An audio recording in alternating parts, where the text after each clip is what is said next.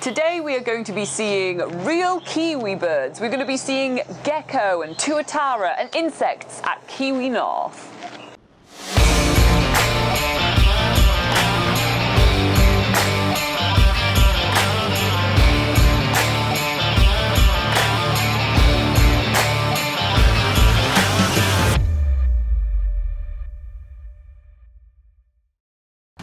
This morning we're heading to Kiwi North, which is only about a 5 to 10 minute drive outside of Whangarei city centre, and the first thing we're checking out is the food for the animals that they keep in this nature park.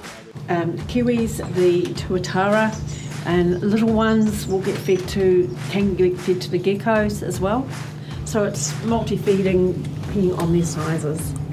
There is literally a massive locust orgy right before our eyes. There are even some of them which actually are eating while copulating. I have to say that is productive as I really like it. Anyway, moving on, we are checking out some freshwater fish because yes, New Zealand has heaps of endemic native fish species, and those one are the kokopus. We see a banded kokopu and a giant kokopu being fed right before our eyes. It's pretty cool. But Kiwi North is pretty famous for the huge array of geckos that they have, so we are really eager to check those out. There are about 6 different gecko enclosures in the whole of Kiwi North, so if there isn't something going on in one enclosure, you can pretty much guarantee there's something going to be happening in another one. And that's exactly what happens here when we sit really still and watch these geckos hunting for flies, which is super fascinating to watch. They are so patient, waiting for the fly to land, and then they slowly move toward it, so slowly that the fly doesn't even react, and before it knows it, that fly is gobbled up by this lizard. That was so amazing to watch, and we've never seen geckos in the wild in New Zealand, so we feel super lucky to at least be seeing them once during this whole trip. Another type of lizard you can find in New Zealand is the tuatara, which has a few different nicknames, known as the living fossil or the living dinosaur, and that's because it's actually a descendant from the dinosaur era. After checking out the tuatara, we're then checking out the forest gecko, which are these brown looking geckos. Again, a type of lizard Robin and I haven't seen in New Zealand, and even if we could see them, we would probably walk straight past them. They are that camouflage.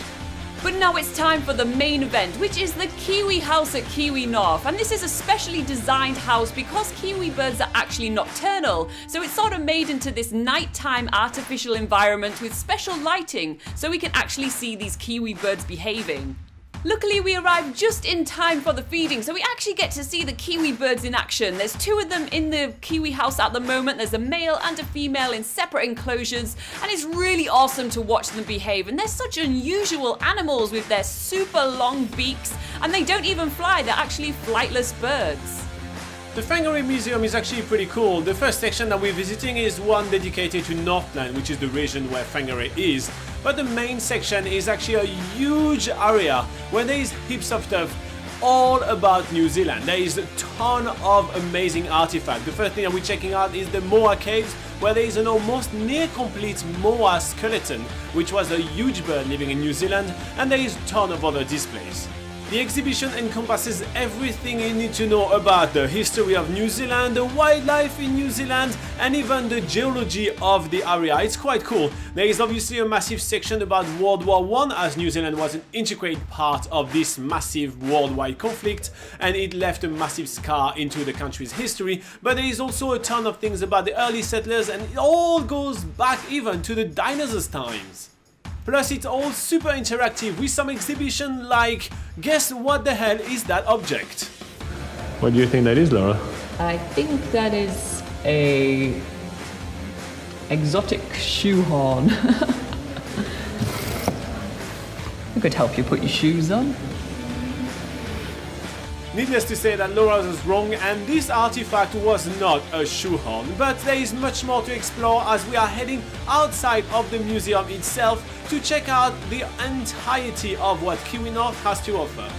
If the Kiwi House and the Nature Park and the Whangarei Museum wasn't enough, there's also a heritage park here at Kiwi North, which gives you a real awesome insight into what life was like in New Zealand during the 1900s. And one building in particular that we check out is the Clark Homestead, which was built in around 1886 with all its original furnishings and wallpaper. All in all, this has been a real awesome trip to Kiwi North in Whangarei. We can see while the fly is not looking, the gecko is moving its hand onto the next branch and slowly making its way towards it. It's really amazing to watch, even if it is a super slow process, and I think we are sat here for about half an hour watching this gecko.